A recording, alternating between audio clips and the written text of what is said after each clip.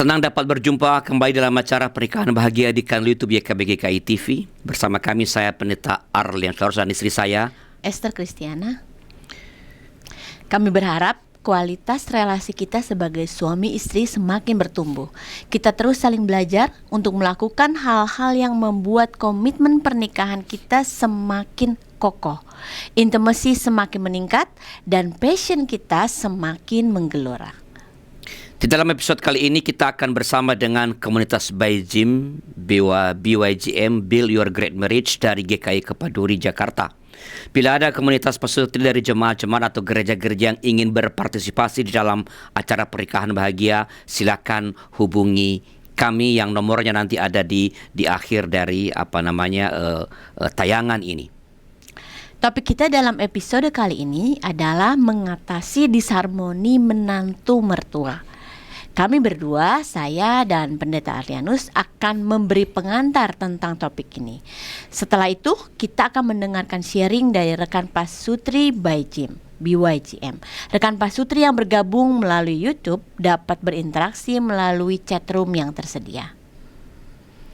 Kami akan segera memulai penjelasan tentang mengatasi disharmoni menantu mertua.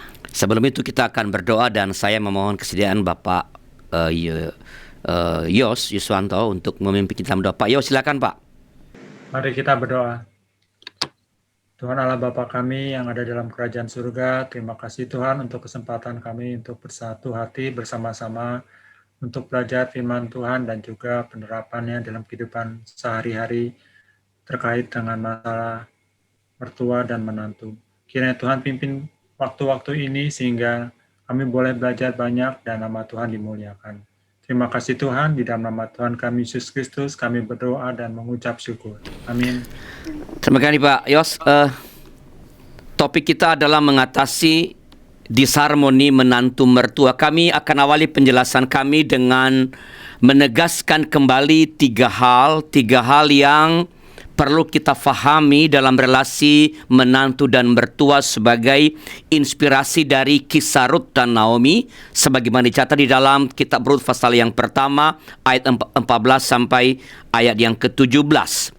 Yang pertama ialah bahwa menikah berarti mengikatkan diri dengan keluarga baru dan memutuskan dalam arti tertentu kebergantungan kita pada keluarga asal.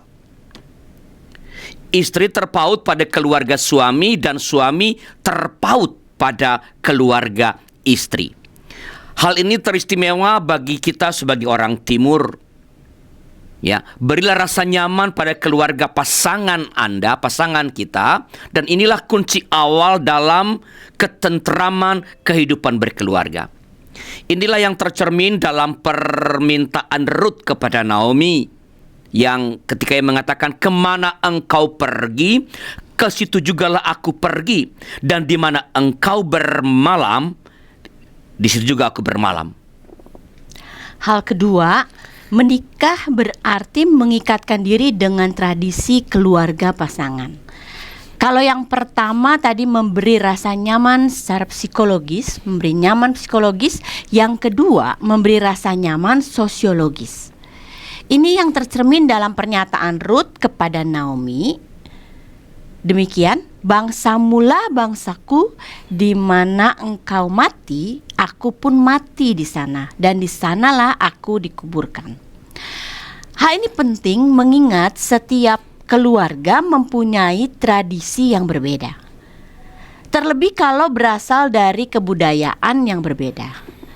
Tradisi ini bisa berupa cara pandang, misalnya saja terhadap perayaan ulang tahun, anggota secara menyeluruh, anggota keluarga, bisa juga berupa perilaku sehari-hari, misalnya cara berkomunikasi.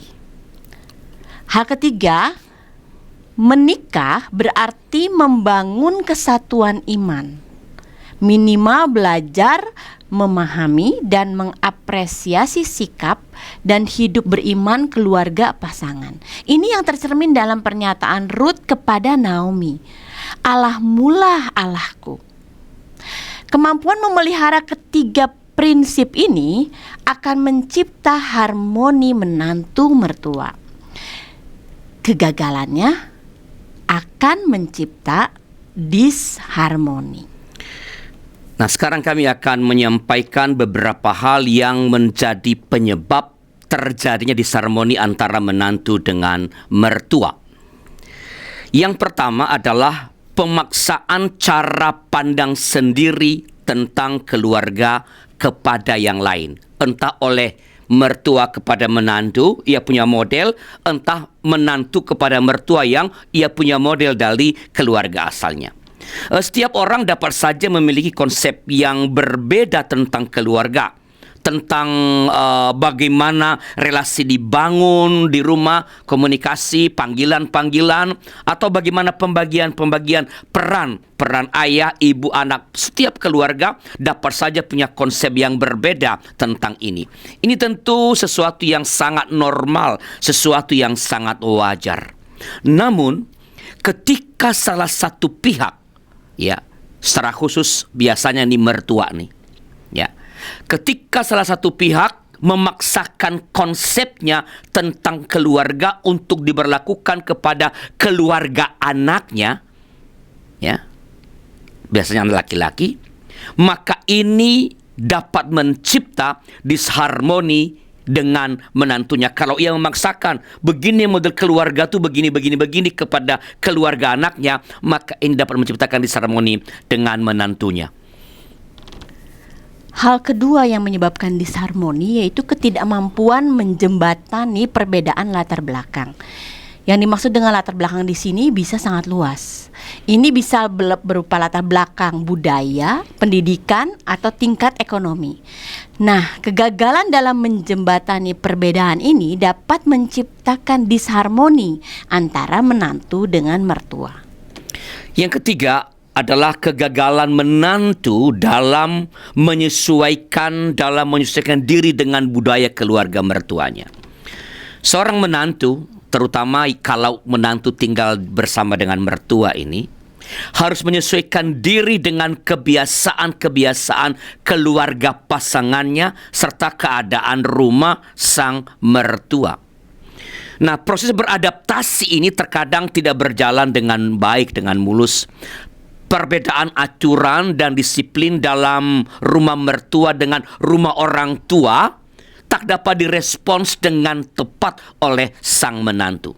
Pada saat yang sama, mertua terkadang terlalu cepat menilai, terlalu cepat menjudge menantunya tidak cukup baik untuk beradaptasi dan menilainya sebagai menantu yang gagal. Nah, yang tak berhasil menyesuaikan diri. Ini dapat mencipta sekali lagi disharmoni. Hal yang keempat, ini yang penting juga, yaitu ketaksukaan sejak awal. Mertua tidak suka dengan menantu atau sebaliknya menantu dari awal tidak suka dengan mertua. Bila dari awal ketaksukaan ini dan terjadi dan baik menantu maupun mertua terpaksa menyetujui pernikahan karena anaknya memaksa, atau memang ya itu karena ibunya atau orang tuanya, maka disharmoni ini sangat mudah terjadi. Ketaksukaan dan perasaan dipaksa menyetujui ini cenderung mempengaruhi penilaian dan sikap mertua atau mantu kepada menantu atau kepada mertuanya. Semua hal yang dilakukan menantu menjadi salah di mata mertua, dan bisa juga terjadi sebaliknya, semua hal yang dilakukan mertua menjadi salah di mata menantunya. Yang kelima adalah pembandingan. Nah, ini biasanya terjadi ya, atau terkadang terjadi. Mertua suka membandingkan menantu yang satu, kalau dia punya beberapa menantu yang satu dengan menantu yang lain. Ya, bahkan dengan menantu orang lain. Ya, dia lihat menantu orang lain seperti apa, dia bandingkan. Nah, pada saat yang sama, sang menantu juga suka membandingkan sikap mertuanya kepada menantunya yang lain. Atau membandingkan sikap mertuanya dengan mertua orang lain kepada menantunya. Pembandingan ini cenderung menjadi kaca pembesar kekurangan mertua atau menantu yang pada gilirannya mencipta disharmoni. Ya, sekali lagi kalau kita melakukan pembandingan, maka ini akan menjadi lensa pembesar, ya, kekurangan. Ada kekurangan, setiap orang punya kekurangan, menantu punya kekurangan, mertua punya kekurangan. Tapi dengan membandingkan dengan yang lain, maka kekurangan itu menjadi terlihat dengan semakin jelas dan besar. Hal berikutnya yaitu hal keenam yang dapat menyebabkan disharmoni, mertua terlalu banyak intervensi. Intervensi orang tua ke kehidupan keluarga anak pasti akan mencipta disharmoni dengan menantunya. Ini akan semakin runyam ketika anaknya, terutama laki-laki, tidak dapat bersikap tegas. Apalagi kalau terkesan seolah-olah tak keberatan dengan intervensi orang tuanya. Yang ketujuh, persaingan. Ya, ini sebenarnya sempat kita bicarakan juga pada ketika membicarakan tentang mencipta harmoni.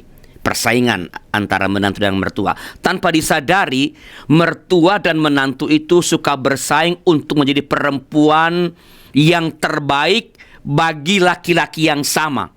Mertua bagi anaknya, menantu bagi suaminya. Sang mertua ingin menjadi sosok yang terbaik untuk anaknya, sementara sang menantu ingin menjadi sosok yang terbaik bagi suaminya. Nah, sayangnya rekan pasutri, sayangnya lomba ini bukan untuk menjadi ibu yang terbaik bagi anak atau menjadi istri yang terbaik bagi suami, melainkan untuk menjadi pemilik dari anak atau pemilik dari suami.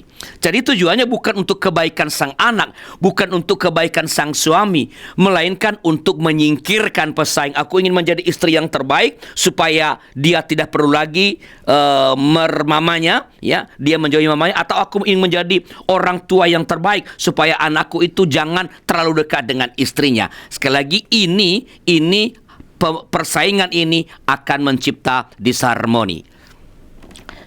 Yang kedelapan yaitu rasa hilang yang belum teratasi. Orang tua terkadang tak sadar bahwa setelah anaknya menikah, yang terpenting bagi anaknya adalah pasangannya. Ini membuat ada rasa hilang. Ini pasti ada. Dan semakin sulit dipulihkan, bahkan bisa menjadi semakin parah. Ini semakin runyam ketika sang anak dan menantu tidak bersikap arif, tidak menolong orang tua atau biasanya yang merasa kehilangan itu mama untuk menjalani proses adaptasi. Begitu menikah seolah lupa pada sang mama atau orang tua. Ini bisa membuat orang tua memandang menantu telah meracuni pikiran anaknya sehingga menjauhin diri darinya. Dampaknya tentu saja ini bisa menyebabkan disharmoni. Ini akan semakin menggila bila menantu berpandangan bahwa kalau sang suami memperhatikan mamanya, itu berarti tak bisa lepas dari ketiak sang ibu. Dan ini menjadi ancaman bagi relasi dengan suaminya. Di sini kearifan suami atau anak laki-laki memang sangat menentukan. Yang kesembilan atau ini yang terakhir, menantu kurang hormat pada mertua. Menantu kurang hormat pada mertua. Ketidakmampuan memandang mertua sebagai orang tua sendiri pasti akan mencipta disharmoni. Ya. Ketidakmampuan memandang mertua sebagai orang tua, bukan menggantikan mama, bukan, nggak bisa digantikan mama kita, nggak bisa digantikan. Ya. Tapi memandang mertua sebagai orang tua penting, dan ketidakmampuan memandang mertua sebagai orang tua sendiri ini pasti akan mencipta disharmoni, sebab ini akan mencipta kurangnya bahkan tidak adanya respek kepada mertua. Ya. Kalau sang menantu berhasil menempatkan mertuanya sebagai orang tua, maka respek ada sebagaimana ia respek kepada orang tuanya. Ya. Tapi kalau ia tak berhasil, gagal menempatkan, ya memang itu bukan orang tua saya kok, maka akan melahirkan tidak adanya respek. Padahal respek adalah fondasi yang sangat penting dalam berbagai upaya membangun relasi dan termasuk dalam hubungan antara menantu dengan mertua. Sampai di sini penjelasan pengantar kami tentang topik kita mengatasi disharmoni menantu mertua. Kita akan melanjutkan dengan berdiskusi bersama tentang topik kita. Sementara rekan Pasutri menyiapkan pertanyaan atau pendapat atau sharing, kita akan ikuti dulu informasi berikut ini.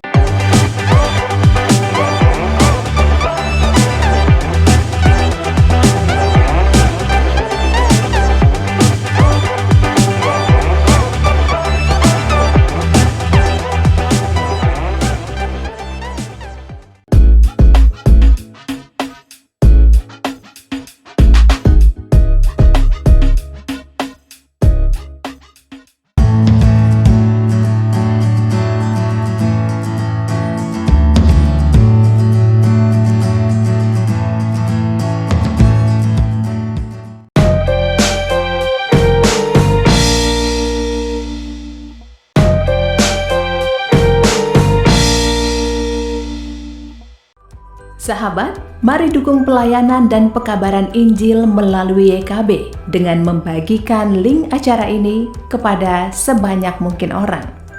Dukungan juga dapat saudara lakukan dengan mentransfer dukungan finansial ke rekening BCA ke nomor 450 305 2990 450 305 2990 atas nama Yayasan Komunikasi Bersama.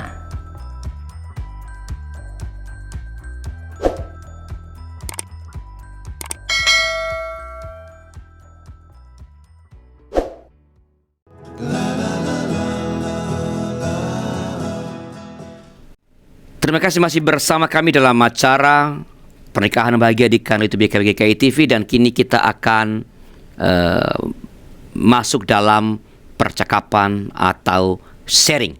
Mungkin sebagai panduan bisa kita berpikir tentang apa yang kita lakukan, entah pernah kita alami, ya, entah mengandaikan kita alami, apa yang akan kita lakukan ketika disharmoni itu betul-betul terjadi antara kita dengan menantu atau antara kita dengan mertua. Silakan, ada yang mau sharing ini? Ya, bisa pengalaman, bisa mengandaikan itu terjadi. Apa yang akan kita lakukan? Saya persilakan, kami persilakan. Usul nih Pak. Yep. Ada usul Pak. Silakan Bu.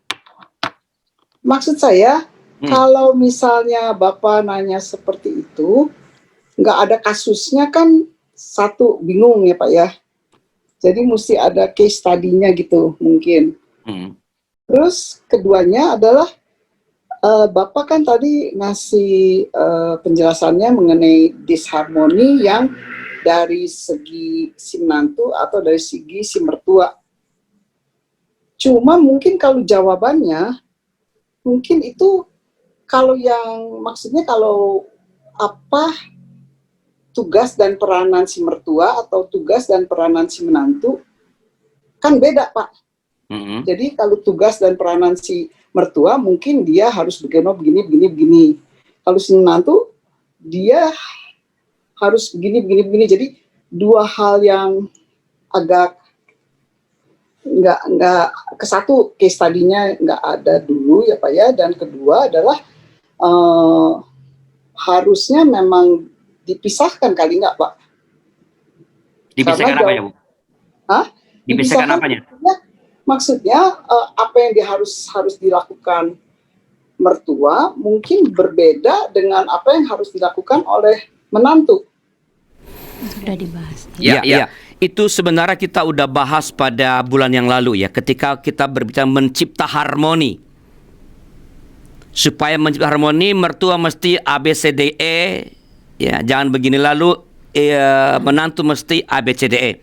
Kita udah bicarakan itu pada percakapan kita yang lalu ketika bicara mengenai mencipta harmoni.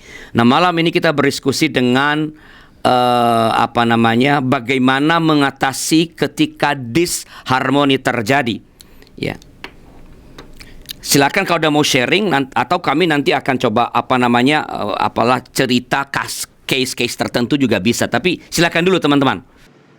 Atau mungkin apa yang para pasutri yang ada di sini yang rata-rata udah senior, apa yang pernah menjadi kasus di keluarganya masing-masing gitu, Pak? Ya itu saya kalau ada kasus atau ada pengalaman tertentu ketika terjadi disharmoni misalnya pernah terjadi. Nah, apa yang dilakukan untuk mengatasi pada waktu itu? Itu yang saya maksudkan. Kalau pernah terjadi, tapi just in case teman-teman nggak pernah punya disharmoni dengan mertua atau menantu, berarti tinggal mengandai-andaikan terjadi. Tapi kalau ada pengalaman itu jauh lebih baik sebenarnya. Sebenarnya sebagian ini sudah juga diceritakan oleh Michelle sebenarnya pada pertemuan yang lalu. Ya, apa yang dilakukan nanti boleh Michelle mengulang lagi barangkali apa yang dilakukan pada waktu yang sekarang mengubah suasana, telah mengubah dis menjadi harmoni. Ya, Michelle sudah pernah cerita pada pertemuan yang lalu. Silakan. Mungkin bisa terjadi gini Pak Alianus, kalau mantu dan mertua itu berdekatan. Jarak yang dekat misalkan dalam satu komplek atau malah mertua kita panggil untuk hadir di dalam rumah kita. Kehadiran mertua itu bisa membuat rumah tangga ini terganggu. Misalnya nih, kita tuh punya kebiasaan suami atau istri sudah saling memahami bahwa kebiasaan istri begini, kebiasaan suami begini. Tetapi begitu mertua atau mami dari salah satu atau papi dari salah satu pasangan ini hadir, dia merasa anaknya tuh anakku gitu loh. Aku tahu anakku seperti apa. Itu yang kadang-kadang membuat, atau dia malah membandingkan, kalau mami bikin nggak begini, kalau mami itu harus begini, gini. Nah, itu belum tentu membuat pasangan kita senang. Nah, ini yang bisa menimbulkan disharmoni. Nah, tetapi kalau hubungan yang atau tinggal yang berjauhan, sekali-sekali datang untuk waktu yang pendek, untuk tidak terlalu lama tinggal di dalam satu rumah, itu mungkin bisa membuat tetap harmonis. Oke, jadi sebaiknya tempat tinggal mertua menantu itu jangan terlalu dekat begitu maksudnya? Bisa jadi seperti itu. Oke. Pak Cindar komentarnya apa? Atau siapa? Leo, Amanda. Ini malah disiapkan supaya dekat kan tempat tinggalnya. Malam semuanya, malam Pak Arlianus. Nggak ada pengalaman sampai gimana banget ya, karena biasanya yang Gondo bilang harus tempat tinggal itu jauh gitu loh. Sebenarnya ada disharmoni kalau dekat gitu. Ya kalau dekat kan mungkin kan jadi lebih diperhatiin gitu kan ya. Dan puji Tuhan sih Om, Tante, kan kita pernah tinggal bareng papa mama juga 1 bulanan lebih. Tapi puji Tuhan oke-oke aja. Takut ya? Ada masalah sih waktu itu. Karena masih 1 bulan kali ya, belum 1 tahun. Itu karena mami mertuanya baik atau karena menantunya takut itu?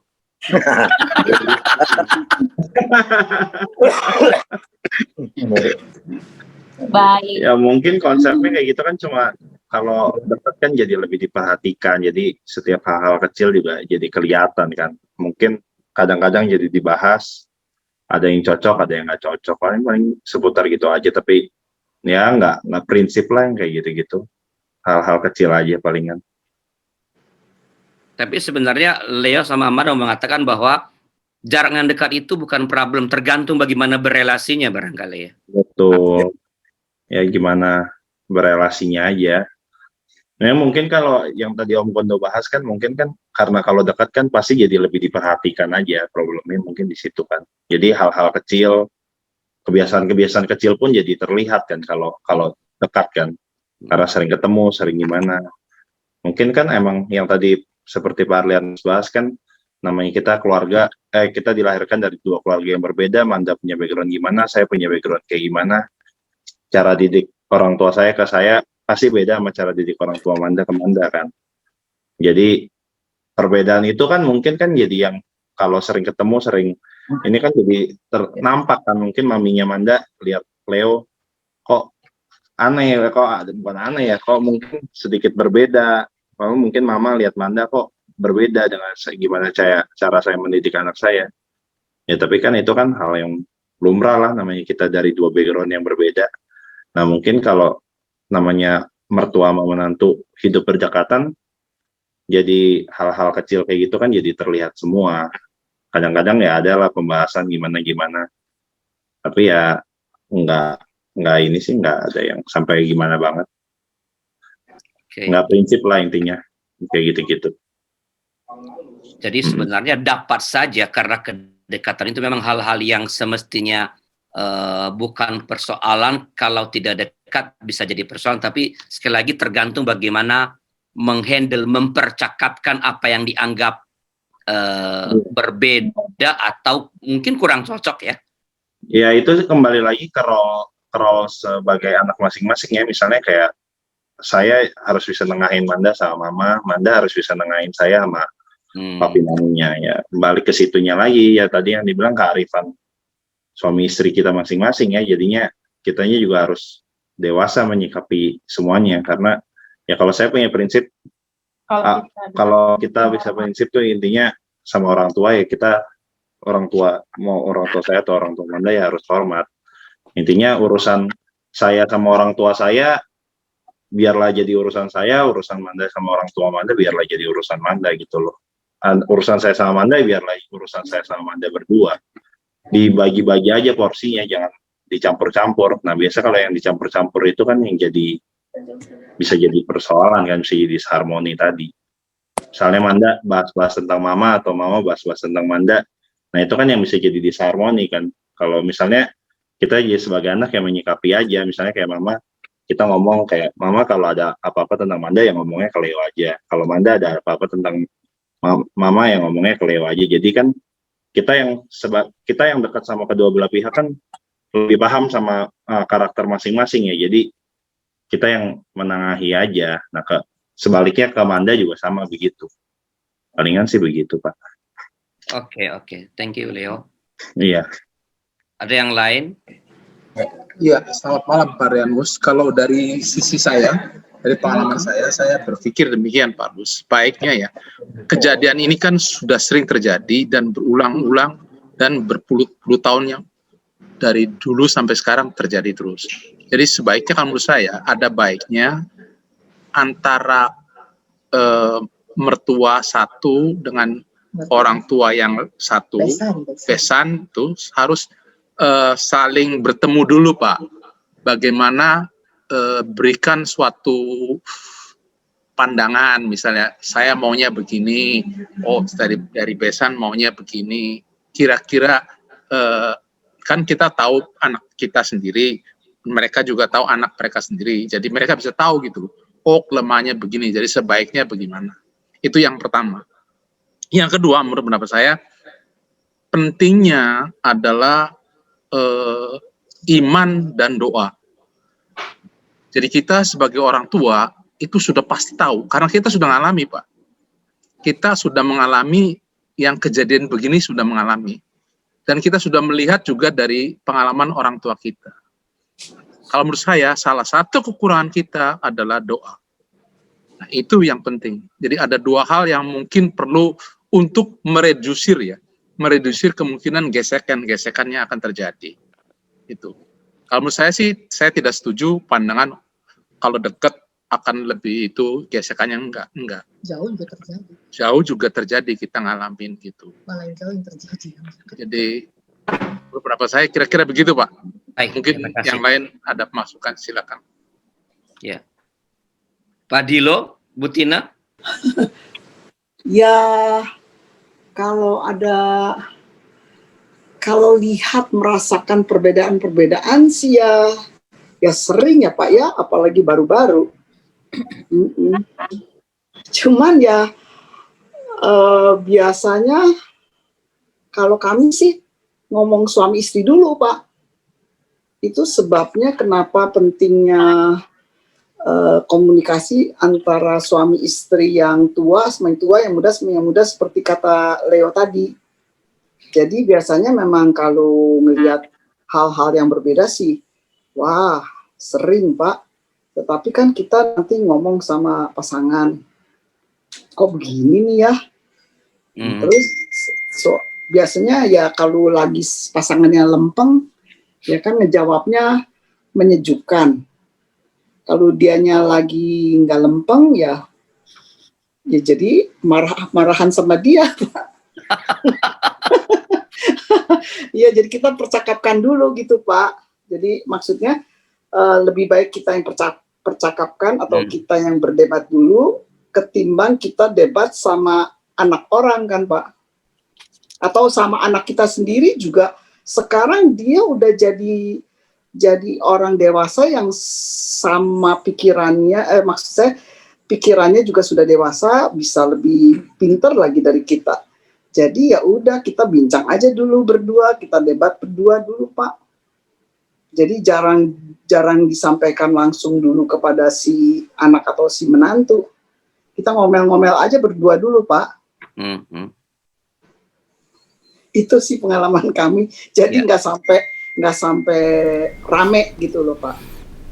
Ya, ini ada dua hal penting ya.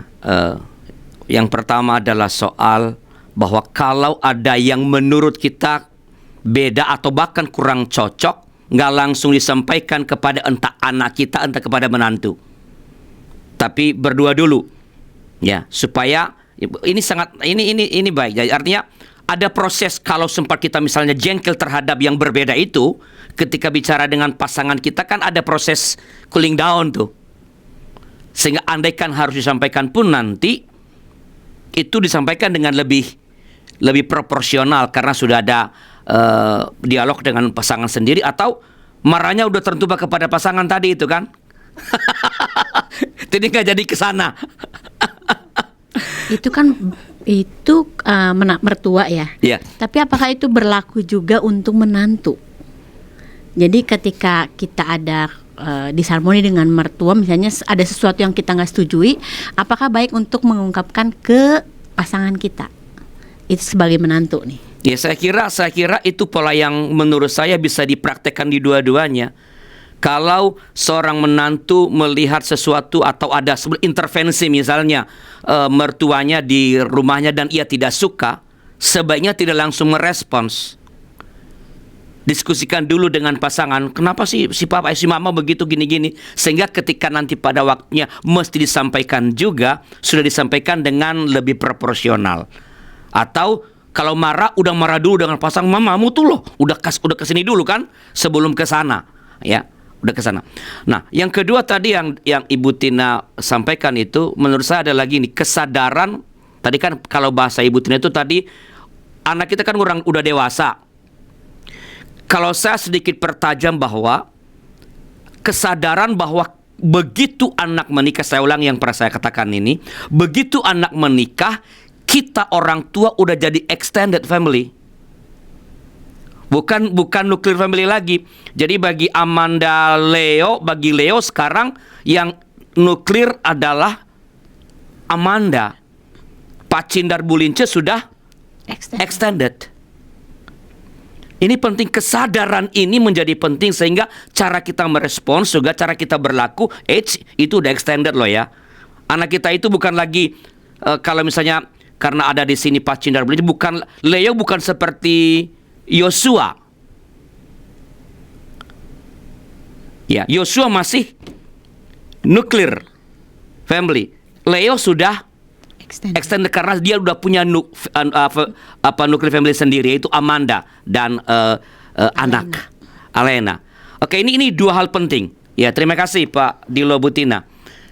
Kalau dari gambar di di monitor kami bergeser ke sebelah kanan Bu Tina itu ada Pak Yos dan Bu Lea. Ya, yang biasanya kalau belum punya pendapat sendiri akan mengemukakan hasil survei. Silakan Pak Yos. Yang rajin nyari-nyari nih. Malam Pak, Bu. Malam. Mungkin bagi kami kebetulan miskin pengalaman karena memang masih baru. Terus kemudian kita sudah pertama memperkenalkan anak-anak kepada Tuhan, satu.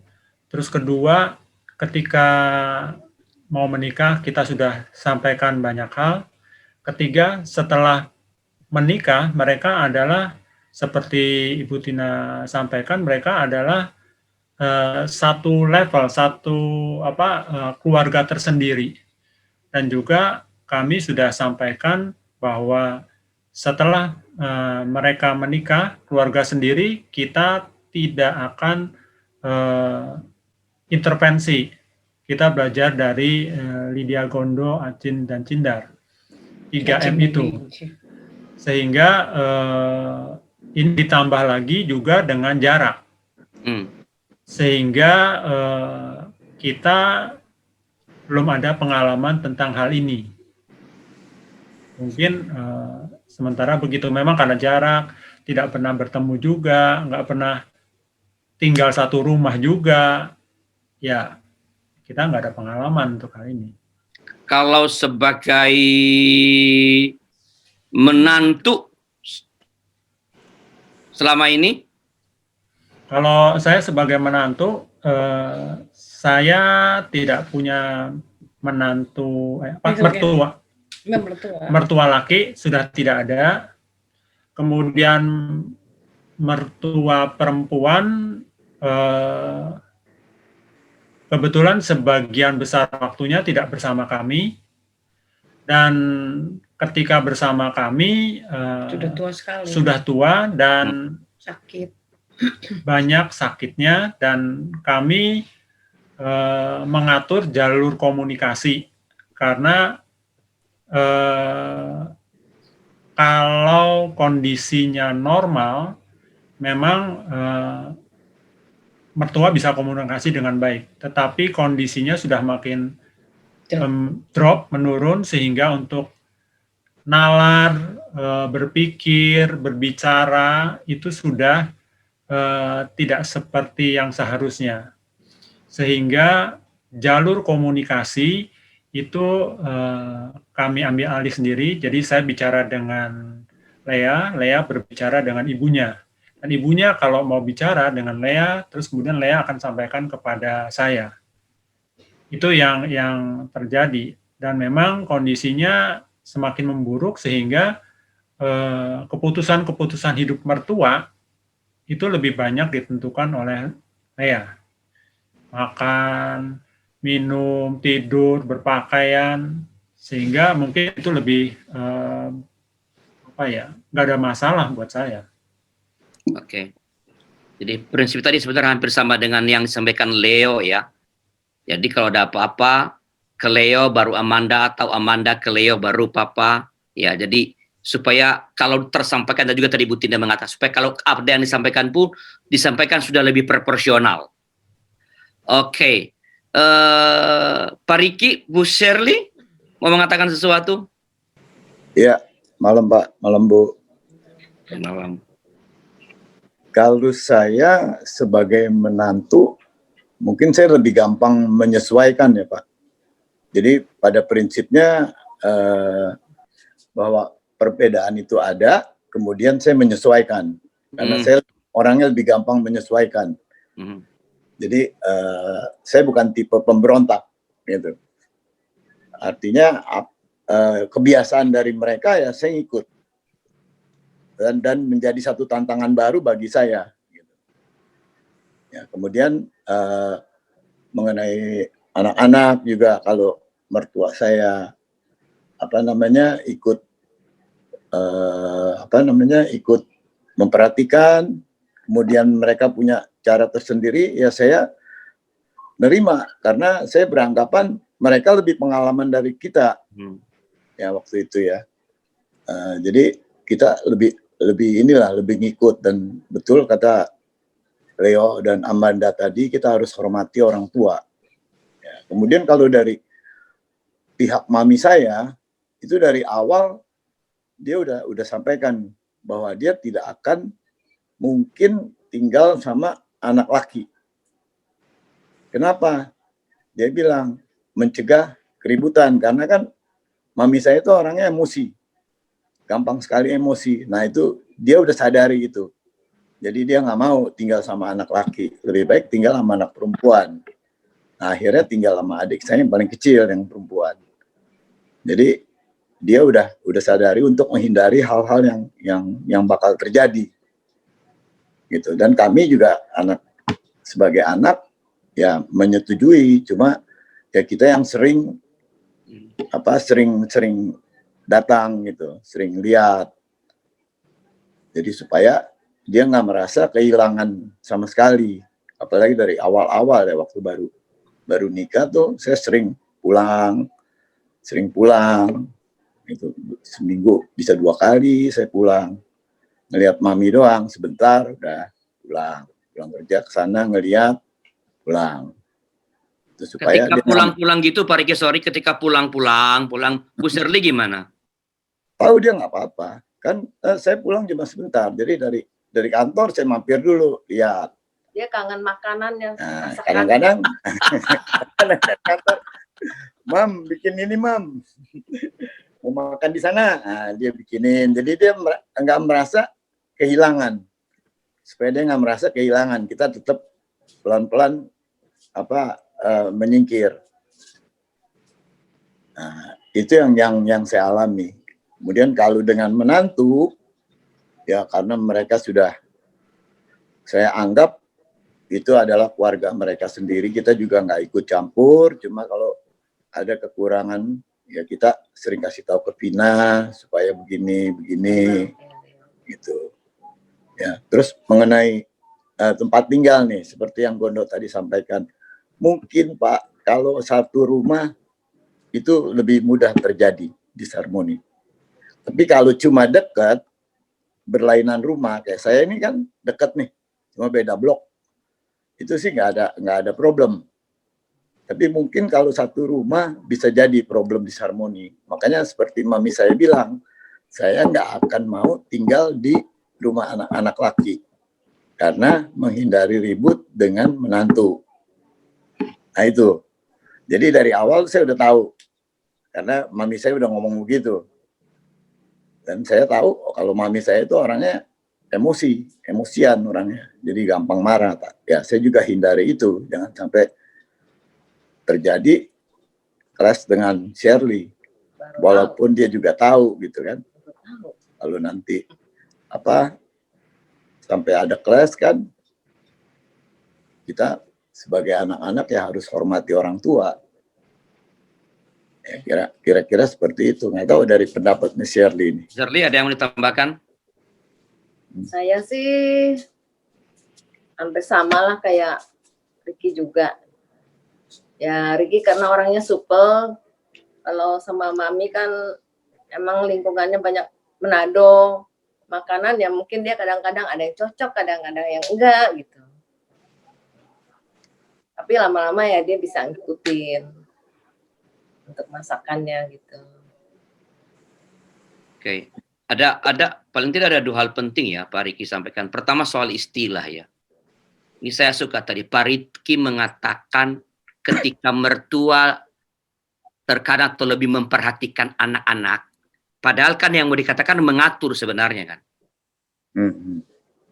Tapi Pak Riki kata memperhatikan ini dengan memakai kata yang berbeda saja, itu pengaruhnya langsung lain.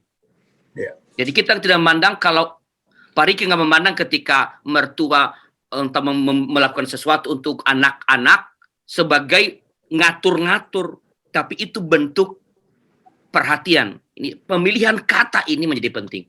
Yang kedua tadi Ibu Shirley tidak mau menjadi pesaing dalam hal masakan kegemaran Pak Riki dari mamanya. nggak mau memasak seperti Mama Pak Riki memasak supaya Pak Riki jangan makan di rumah Mama lagi. Ini penting. Jadi ya udah, kamu suka masakan Mama, oke, no problem. Ya. Saya juga tentu punya masakan unggulan sendiri yang pasti kamu suka juga. Ini dua hal, paling tidak dua hal ini, di samping tadi bahwa Mama mengenali dirinya dengan baik, sehingga dia udah putuskan pokoknya karena begini-begini saya akan tinggal dengan anak perempuan. Ya, thank you Pak Riki, Bu Sherly. Sebelum nanti saya ke Michelle, Pak Cindar, ada yang mau dikatakan Pak Cindar Bulince? Ya, kalau kami sih mungkin termasuk yang paling tinggi ya pertemuan kami, saya dengan Lince sama Leo sama Amanda, karena pertama jaraknya juga dekat, kedua Leo, Amanda masih satu bidang pekerjaan dengan saya, jadi pertemuan saya dengan Leo sama Amanda juga Lince itu memang cukup tinggi. Bisa 3-4 kali kita saling bersama-sama gitu. Nah, tentu bukan berapa seringnya bertemu, tapi bagaimana pertemuan itu yang kita isi gitu. Banyak hal yang kita bisa bangun dalam pertemuan itu.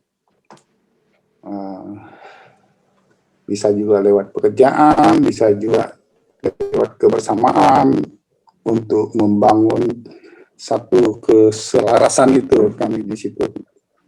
Jadi ya ini yang kami lakukan selama ini. Ya, saya lihat sih Leo sama Amanda ya happy-happy aja sih. Gitu. Harus dong. Kalau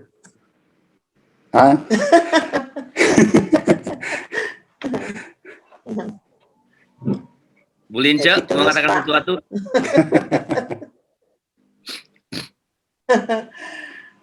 Ya, sama aja Mas Cindar. Kan saya tadi harus diklarifikasi, saya kan tadi bilang ini baik-baik saja karena mertua itu baik apa mertua galak. Jadi takut. Tadi ketika Amanda cerita. Kayak apa?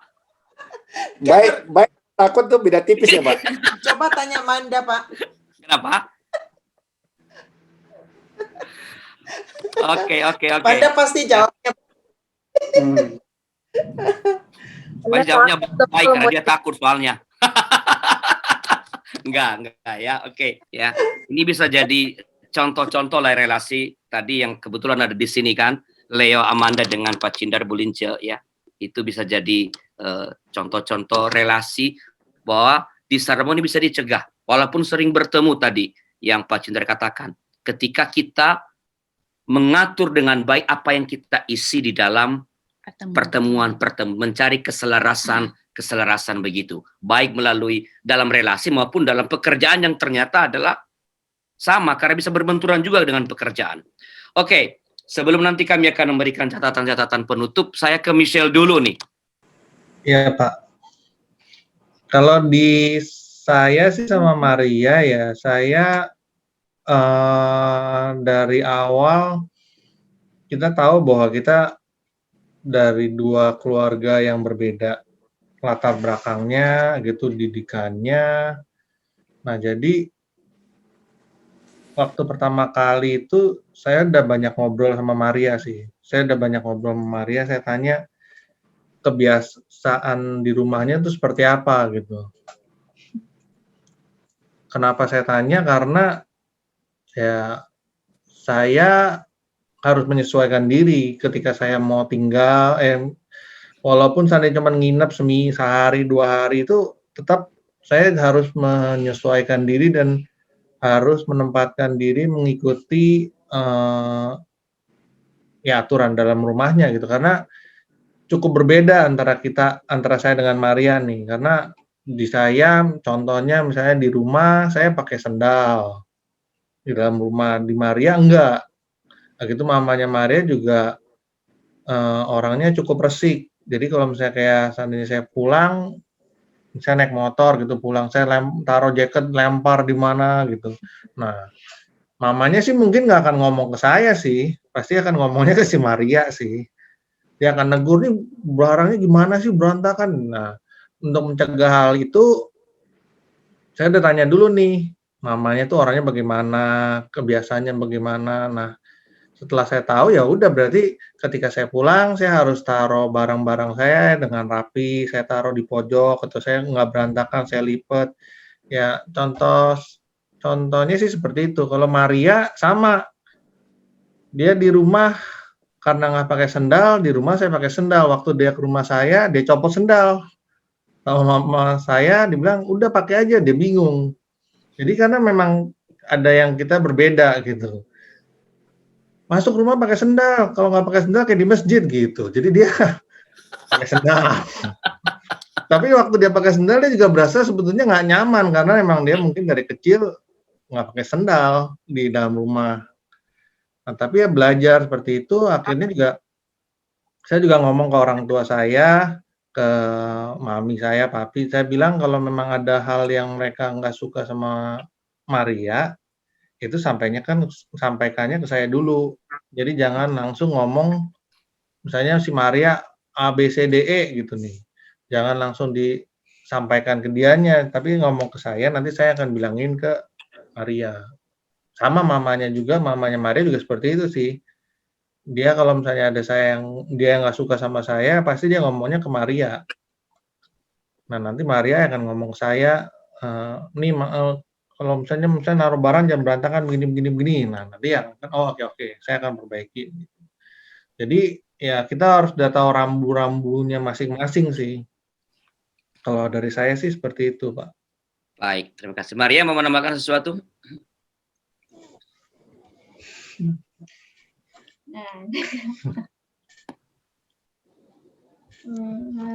Apa ya?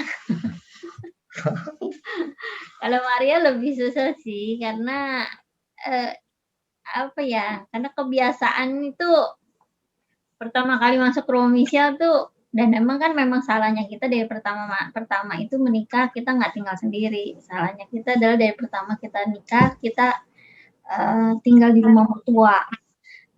Itu sih yang menimbulkan banyak konflik sih seharusnya. Banyak konflik antara mertua dan menantu ya karena memang kita tinggal bersama. Lalu karena memang kita punya kebiasaan banyak yang berbeda sehingga Maria itu nggak betah di rumah mertua, nggak betah di rumah Michelle karena memang banyak sekali kebiasaan-kebiasaan Maria itu masuk ke rumah Michelle tuh kaget banget. Wah gila ini benar-benar beda dengan apa yang selama ini saya jalani gitu. Mama itu seperti yang ada Michelle amat sangat bersih rumahnya, bersih. Sedangkan Michelle di rumahnya piara anjing bolak-balik ke dalam. Dan itu wow Maria, wah gila ini. Jadi dari yang Maria biasa di rumah teramat bersih, kita bisa duduk di batu di mana-mana, di lantai, ini masuk rumah dengan sendal dari luar, wah gila ini. Itu sih yang butuh perjuangan buat Maria. Terus, jadi itu juga akhirnya Maria nggak betah di rumah dia, akibatnya Maria menghabiskan banyak waktu di rumah Maria juga. Jadi mencari berbagai macam alasan untuk tetap tinggal di rumah Maria sih. Misalkan memang waktu itu kan kita baru nikah, belum punya kendaraan, cuma punya motor. Jadi tuh Maria memang sengaja nggak mau pulang ke rumah Mami kalau Michelle belum pulang kerja gitu. Pokoknya berbagai macam alasan untuk tetap tinggal di rumah Mama waktu itu sih. Nah, ya Michelle-nya juga keras, terus udah gitu Mama kan keras, Michelle juga keras. Jadi ya sejak saat itu sih kesalahan yang kita pelajari bahwa seharusnya kita nggak masuk ke dalam rumah orang tua. Banyak konflik, akhirnya banyak bereretan konflik-konflik yang memicu perpecahan, memicu perang sih saat itu gitu. Jadinya ya antara kita capek, terus harus ya pokoknya mungkin ya sebenarnya sih ya itu karena latar belakang keluarga kita walaupun sama-sama Chinese ya karena kebiasaan berbeda, kaget penyesuaian sih Maria sehingga menimbulkan banyak konflik dan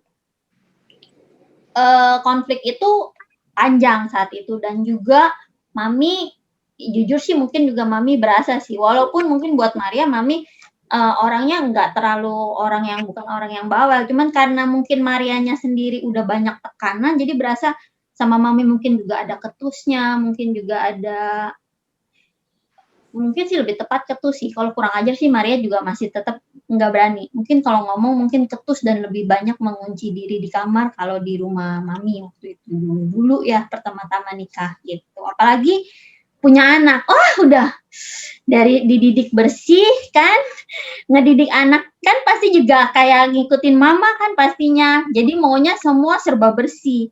Terus masuknya kan kita sejak punya anak juga waktu itu di rumah Mami kan, wah itu namanya piara anjing kan, bulu anjing terbang di mana-mana, sampai beli air purifier lah, segala macam alasan lah sehingga terus pokoknya apapun sampai urusan anak, nih denger nih, pokoknya ya tapi sih memang Maria juga nggak berani ngomong sama Mami langsung, pokoknya selalu akhirnya kita berantemnya berdua sih, nggak pernah langsung ke Mami. Kalau Maria kesel pun pasti ngomongnya ke dia yang mengakibatkan kita berdua jadi berantem gitu sih Pak. Oke Maria, Michelle, thank you ya. Lamber Yuli mau mengatakan sesuatu? Ya, malam Pak, malam Bu Esther, malam semuanya. Kalau pada prinsipnya sih Pak, kita semua, kalau saya pribadi sih belajar menempatkan diri aja. Kalau saya sebagai menantu, saya ikut merasakan karena Lamber kan termasuk anak tertua yang istilahnya dibanggakan orang tuanya dan kebetulan kan mandiri. Jadi dari awal sih udah kelihatan betapa perhatian kedua orang tuanya ke Lamber tuh ya respect lah. Jadi saya hanya menyesuaikan aja gitu. Tapi kalau yang saya lihat dari Lamber pun saya tahu Lamber ada rasa mungkin melihat kebiasaan keluarga dari saya kan berbeda dengan dia, tapi sejauh ini sih Lamber banyak menyesuaikan juga, menempatkan diri, paling tidak kan kita sama-sama tetap sebagai anak dari masing-masing orang tua kita.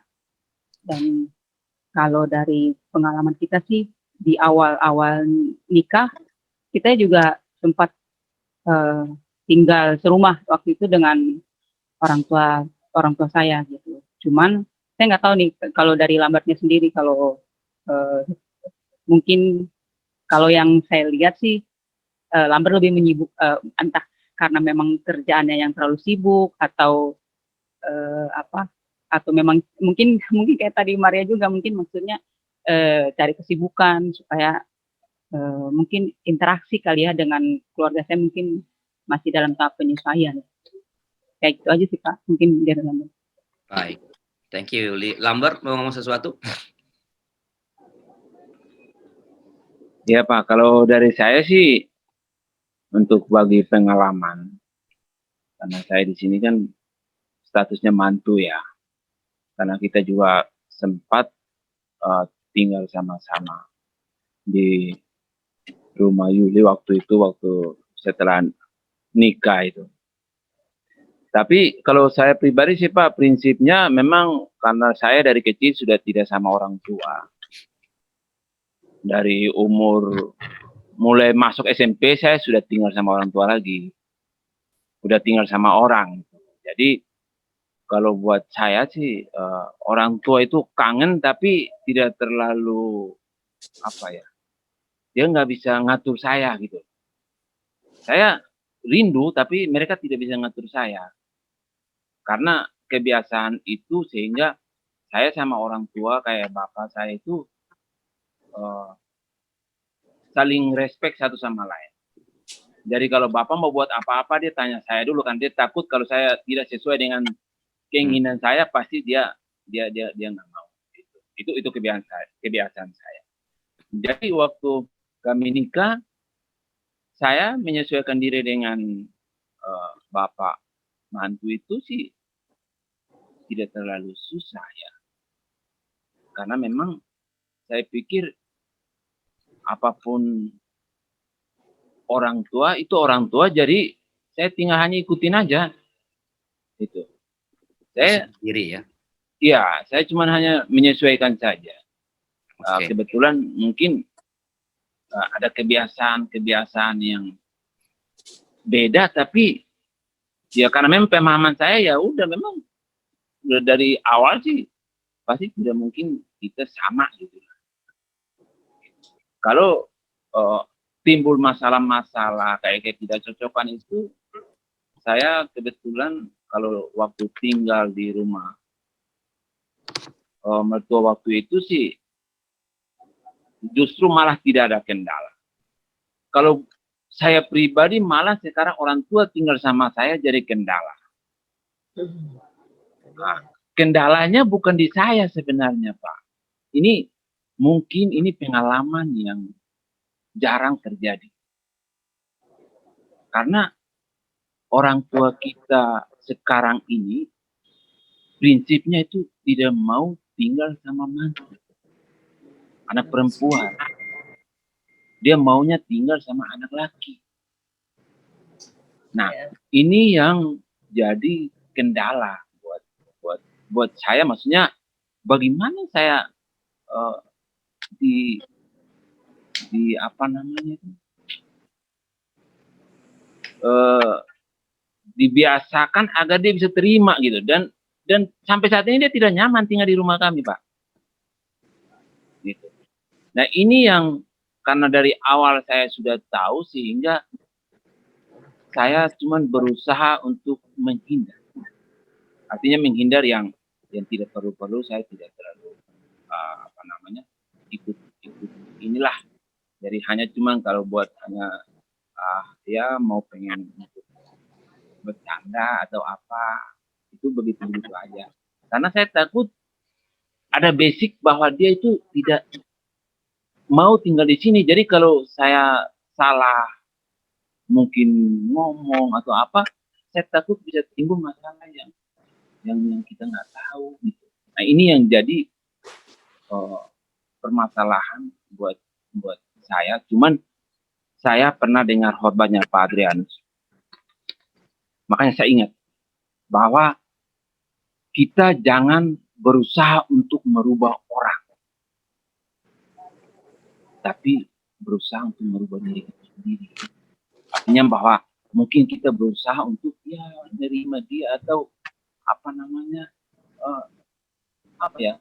berusaha untuk kita bisa terima, mungkin begitu tuh. Jadi itu aja yang saya lakukan, Pak. Karena memang nggak bisa dari awal mulai Bapak tinggal di sini, mereka merasa bahwa mereka nggak mau tinggal di sini, intinya begitu.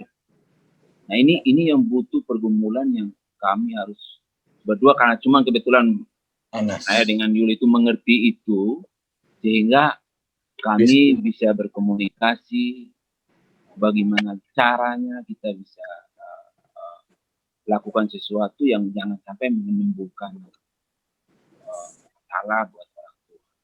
Itu aja sih, Pak, kalau saya. Terima kasih Lambert, Yuli. Terima kasih kepada semua rekan pastor yang tadi telah memberikan banyak sekali masukan-masukan, ya sharing-sharing dalam percakapan kita. Dan tadi kami pada pengantar kan menyampaikan hal-hal yang dapat menyebabkan terjadinya disharmoni antara menantu dengan mertua. Dan kini giliran kami untuk menyampaikan beberapa hal yang perlu kita miliki atau kita lakukan untuk mengatasi disharmoni itu. Ya, ini bisa merupakan penegasan dari apa yang tadi sudah disampaikan atau hal-hal lain yang belum sempat kita percakapkan tadi. Nah, ada beberapa hal yang menurut kami perlu dimiliki dan dilakukan untuk mengatasi disharmoni. Ini ada yang merupakan pengulangan yang sudah disampaikan dari teman-teman tadi, ada beberapa hal, dan ada juga hal-hal yang mungkin belum sempat tersampaikan. Yang pertama adalah bangunlah asumsi dasar yang positif. Artinya apa? Tanamkanlah dalam diri bahwa mertuamu itu bukanlah orang jahat. Menantumu itu bukanlah orang jahat. Dia, menantumu itu, mertuamu itu hanya pribadi yang berbeda denganmu, yang punya kebiasaan berbeda denganmu. Itu yang pertama. Yang kedua, sadari bahwa menginginkan yang terbaik bagi laki-laki yang sama, entah menantu entah mertua, itu sama-sama menginginkan yang terbaik bagi laki-laki yang sama sebenarnya. Jadi sadarilah bahwa dirimu dan menantumu atau mertuamu menginginkan hal terbaik bagi seorang laki-laki yang sama, tetapi barangkali dengan cara yang berbeda. Ya, ketegangan kalian berdua, ketegangan menantu dengan mertua, hanya akan membuat laki-laki yang sama, yang sama-sama dicintai itu berada di dalam kesulitan. Yang ketiga yang dapat kita lakukan ketika terjadinya disharmoni, yaitu mungkin kita membayangkan ketika kita bersama dengan anak kita. Ketika anak kita bersama dengan kita, anak kita mengatakan bahwa saya mencintaimu mama, pasti kita akan merasa senang. Di satu sisi kita merasa senang, tapi itu juga menyadarkan kita bahwa seorang anak itu sangat mencintai orang tuanya. Jadi ya, bila kita merasa suami atau istri seperti lebih membela orang tuanya atau ibunya, ya itu artinya kita menyadari bahwa karena memang suami kita, pasangan kita itu mencintai orang tua. Mungkin ini akan menolong kita memahami bahwa suami tidak bisa begitu saja mengabaikan orang tuanya, sebab ia juga menyayanginya. Anak itu menyayangi anak menyayangi orang tuanya. Artinya suami kita menyayangi orang tua, istri kita menyayangi orang tuanya. Yang keempat, kita mungkin baik untuk menempatkan diri kita sebagai seorang anak. Mertua kita memang mungkin bukan ibu kandung kita. Dan mungkin kita tidak mau ada orang yang menggantikan mama kita dalam hidup kita. Dan memang mungkin tak ada yang dapat menggantikannya. Ini oke. Pada saat yang sama, sadarilah bahwa mertua adalah ibu dari suami atau ibu dari orang tua dari istri yang satu tubuh denganmu. Karena itu meskipun ia bukan ibu kandung, tapi kita dapat menempatkan diri sebagai anak baginya. Lakukanlah yang baik layaknya anak kepada orang tua. Dan berhenti meminta suami menjadi wasit antara engkau dan dia. Bukan berarti tadi kita tidak boleh berbicara, mengungkapkan kepada pasangan, tapi menjadikan dia sebagai seorang wasit itu akan menyulitkan pasangan kita. Yang kelima, wujudkan relasi yang baik. Ya, bertekadlah untuk memperbaiki dan kemudian membangun relasi yang baik dengan mertua atau menantu, serta berusaha keraslah untuk mewujudkan itu. Ya, kita mungkin akan menghadapi kendala-kendala dalam upaya mencipta relasi yang baik itu, dalam proses untuk mencipta relasi yang baik ini. Mungkin niat baik kita untuk memperbaiki relasi dengan mertua itu disambut dengan sikap dingin barangkali. Bahkan mungkin dengan permusuhan oleh menantu atau mertua. Jadi kita ingin berrelasi baik dengan mertua atau menantu, tapi itu disambut dengan dingin, ya bahkan tetap dengan sikap permusuhan. Ketika terjadi hal semacam itu, jangan berhenti. Jangan berhenti. Percayalah bahwa pada titik tertentu relasi yang baik itu pasti akan terjadi. Sebab Anda berdua, ya, mertua dan menantu, terhubung erat melalui seorang laki-laki yang sama. Kalau kita menantu perempuan dan mertua perempuan, atau dengan perempuan yang sama kalau kita kepada mertua laki-laki kita. Jadi percayalah akan tiba relasi yang baik karena kita bertemu terhubung melalui seseorang yang sama, yaitu pasangan hidup kita. Yang keenam, ubahlah kecenderungan menilai atau menghakimi atau judgment itu menjadi empati. Ya, ketika mertua atau menantu melakukan hal-hal yang untuk intervensi, ya, kelewatan, ya, ubahlah itu daripada menghakimi, lebih baik bersikap empatik.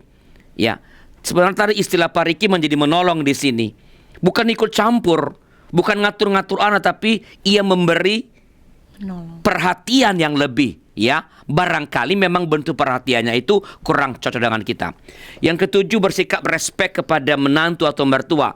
Ya, ini menjadi dasar bagi relasi. Dan kedelapan, yang terakhir, belajarlah dari keunggulannya. Setiap orang punya keunggulan. Ya, ya. Kalau Anda seorang menantu yang berpendidikan tinggi, mungkin mertua Anda misalnya bukan wanita karir, pasti iya punya keunggulan. Anda juga punya keunggulan. Tak perlu saling bersaing, tapi belajarlah. Kalau mertua kita jago masak, ya belajar aja masak dari dia. Seperti pengalaman Ibu Tina ya. Iya, ya Ibu Tina punya Ibu Tina sharing pada percakapan yang lalu. Ia sharing, ia bertanya, belajar bagaimana ini, bagaimana itu. Memasaknya. Ya, bagaimana memasak. Jadi nggak usah bersaing, tapi belajarlah dari keunggulan yang dimiliki oleh menantu atau mertua. Terima kasih atas kebersamaan kita dalam acara Pernikahan Bahagia di kanal YouTube YKBGK TV dalam episode kali ini. Terima kasih kepada komunitas Pasutri by Jim BYGM yang telah berpartisipasi dalam acara Pernikahan Bahagia ini, dan kami percaya sharing dari teman-teman komunitas Pasutri by Jim sungguh akan memberkati seluruh para sahabat yang menyaksikan acara Pernikahan Bahagia ini. Terima kasih juga kepada semua rekan pasutri yang telah bergabung melalui YouTube di kanal YouTube YKBGK TV. Mari terus membangun harmoni dengan orang tua, ayah bunda dari pasangan kita. Ya, atau sering dikatakan dengan mertua kita. Sebab hanya karena mereka telah merawat dan membesarkan anaknya dengan baik, engkau, saya, kita ini punya suami atau istri yang seperti sekarang. Saya ulangi ini. Hanya karena mertua kita telah merawat dan membesarkan anaknya dengan baik, maka kita boleh punya istri, boleh punya suami seperti sekarang. Maka bangun terus harmoni dengan mereka, walaupun barangkali di sana sini akan menemukan kendala-kendala. Bila ada yang memerlukan dukungan doa atau membutuhkan teman ngobrol dalam menghadapi masalah pernikahan, silakan hubungi kami dengan para konselor kami. Ada Pasutri Pendeta Edwin dan Ibu Pungki di nomor 0878 2853 5190. Ada Pasutri Pendeta Jimmy dan Ibu Tika di nomor 0877 7513 1000. Ada Pasutri Pendeta Hendra dan Ibu Vika di nomor 0812 3960 1234. Dan ada Pasutri Pendeta Daud dan Ibu Christine di nomor 0813 8073 5250. Nomor-nomor ini juga dapat Anda lihat di layar monitor Anda. Sebelum berpisah, mari kita berdoa. Saya mohon kesediaan Leo untuk menutup pertemuan kita dalam doa. Leo, silakan. Ya, yuk mari kita berdoa. Tuhan, Bapa kami yang bertata dalam kerajaan surga, terima kasih Tuhan atas pertemuan yang indah ini yang Tuhan sudah siapkan untuk kami dapat berdiskusi bersama mengenai menangani disharmoni dalam hubungan menantu dan mertua. biar apa yang kami sharingkan, apa yang kami bahas pada malam ini, yang kami pelajari pada malam ini dapat kami terapkan juga di dalam kehidupan hubungan keluarga kami, biar keluarga kami juga bisa terus menjaga keharmonisannya, dan hubungan antara mertua dan menantu juga bisa semakin membaik lewat sharing pada malam ini. Terima kasih Tuhan, sebentar kami akan mungkin beristirahat. Malam Tuhan pimpin kami dalam istirahat dan berikan tenaga yang baru lagi untuk menjalani hari besok yang lebih baik. Terima kasih Tuhan, di dalam nama-Mu kami berdoa dan mengucap syukur. Amin. Terima kasih Leo, dan sekali lagi terima kasih kepada semua rekan pasutri yang telah bergabung. Kami berdua, Pendeta Arlianus dan istri saya, Esther Kristiana, pamit dari hadapan saudara-saudara. Salam bahagia dari kami. Sampai jumpa pada Kamis depan. Tuhan memberkati pernikahan kita.